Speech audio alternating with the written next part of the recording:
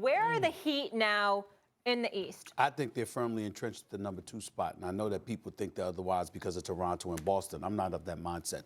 I believe that an acquisition like this, buffers them. It gives them experience inside that locker room along with Udonis Haslem in terms from a leadership perspective. You know that he can still go out there and give you minutes defensively. I don't think that can be ignored. And when I consider the young Lions that the Miami Heat have on their squad, I just love the acquisition of any kind of veteran leadership because I think that's all they're lacking. My aversion to this move would be if Iguodala plays enough minutes where he gets in the way of the development of guys like a Duncan Robinson, for example, or a Hero, for example, because I love the way those two brothers play. But make no mistake about it, he's an asset. He's not a liability. And I also think that you have to look at the rest of the Eastern Conference by default. Even though Toronto is playing good basketball, they don't have Kawhi Leonard. It is the regular season. There are many nights that the opposition takes off. And I think that come playoff time without a guy like Kawhi Leonard there, I don't think they'll be as formidable as they were last year. Milwaukee has something to prove because of how they collapsed in the conference finals last year. We know they're elite defensively. We know what the Greek freak is, but there's still question marks about them. The Boston Celtics have been impressive this year. We know what Jason Tatum and Jaylen Brown and Kemba Walker can do and what they have done, but I think size is an issue with them as the game slows and playoff teams engage in physicality. And we all know the soap opera that the Sixers are. By the way, quick correction, we were on Countdown last night, and I made the error of saying that the Sixers did not leave. They stayed in South Beach. The team left. Ben Simmons stayed in South Beach, so that was my mistake. It wasn't the team. I misspoke. It was Ben Simmons who stayed in South Beach, not the team. Nevertheless. Maybe that's why he doesn't have his own team, by the way. Yeah. Come on, man. So all I'm saying is, at the end of the day, that Indiana, all of these other teams, it's up for grabs. I think Miami, with their leadership from the top, with Pat Riley to Eric Spoelstra, on down to these players, I think they're firmly entrenched as the number 2 seed in the East. That's even worse. That's even worse. Yeah. That you didn't stay as a unit down there. Yeah, that's one thing, but as an individual? Yes. Simmons may not be ready to lead that team, but I don't think they're number 2 in the East necessarily. They're vying for that second spot when you add Iguodala. And if they add Gallinari, I'll change my tune. If they add Gallinari, I'll say it's Bucks and then Sixers, because now you're adding offensive firepower in addition to a guy who can go out and guard elite perimeter defenders in high leverage moments. I don't think he interferes with development of young guys, Stephen A. I think he's the guy. It's the Raekwon line I always use from Incarcerated Scarfaces. Jay, you may be too young to remember. I know Incarcerated Scarface. Want to battle for cash and see who sons who? Right, like with the money on the line, Iguodala is that kind of player. With the cash on the line, you could say this guy's better than Iguodala. He's younger, he's fresher, he's whatever. With the money on the line, Iguodala is the guy you want out there. Would you mind if I interjected by reminding Jay Williams what you said last year about Iguodala? You may, please. Jay Williams last year. Tell me, please. Thank you. Max Kellerman, my brother, Max Kellerman, came on national TV and said, with everything on the line, the planet Earth, was that on the planet Earth? Fate of the planet Earth on the line. Open shot to hit. The fate of the planet Earth with an open shot. With an open shot to hit, he would pick Andre Iguodala over Steph Curry. Sometimes, Matt. I just want to say that. I didn't remind that. Hold on. Before we get too off track, I go always back to the late 90s Yankees, the greatest dynasty in the history of baseball.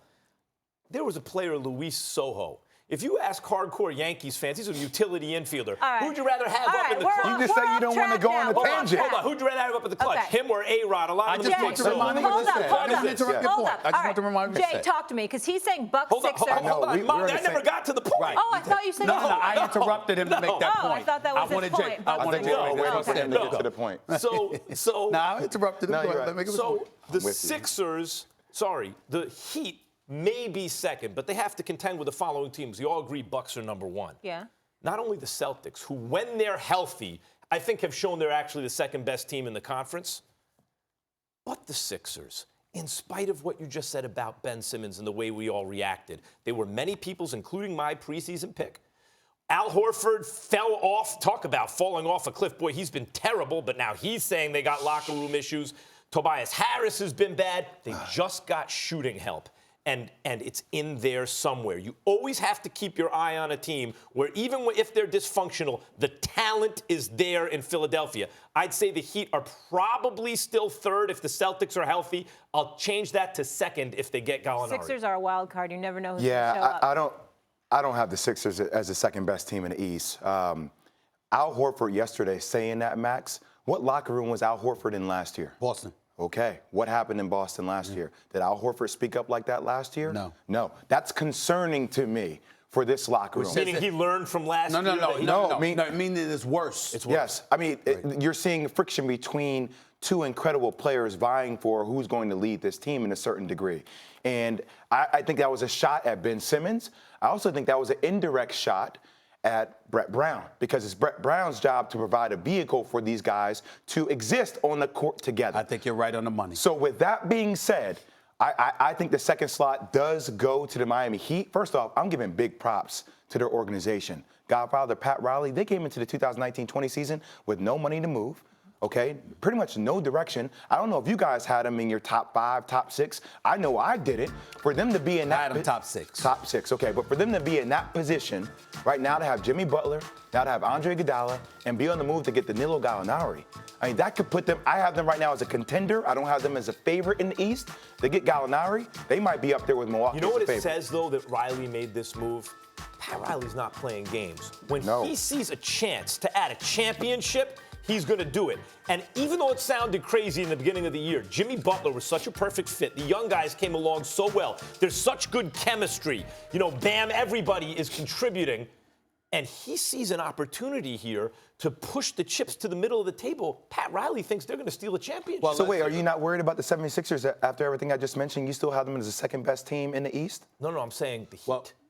That's you. Are the Heat or the 76ers the second best team in the East? The 76ers are at best the fourth best team in the East right now. You just had them number 2 before, though, Max. The Celtics. The Celtics, when healthy, this have been excellent. When healthy, the Celtics, I think, have been the second best team in the conference. You must have misspoke because you Did I said say the the Sixers. You said My Bucks fault. Sixers. Okay, It's all all good. right. That makes sense. Okay. Celtics. Now, Yeah. we're on the same page. There we go. Thanks for watching ESPN on YouTube. For more sports highlights and analysis, be sure to download the ESPN app. And for live streaming sports and premium content, subscribe to ESPN+.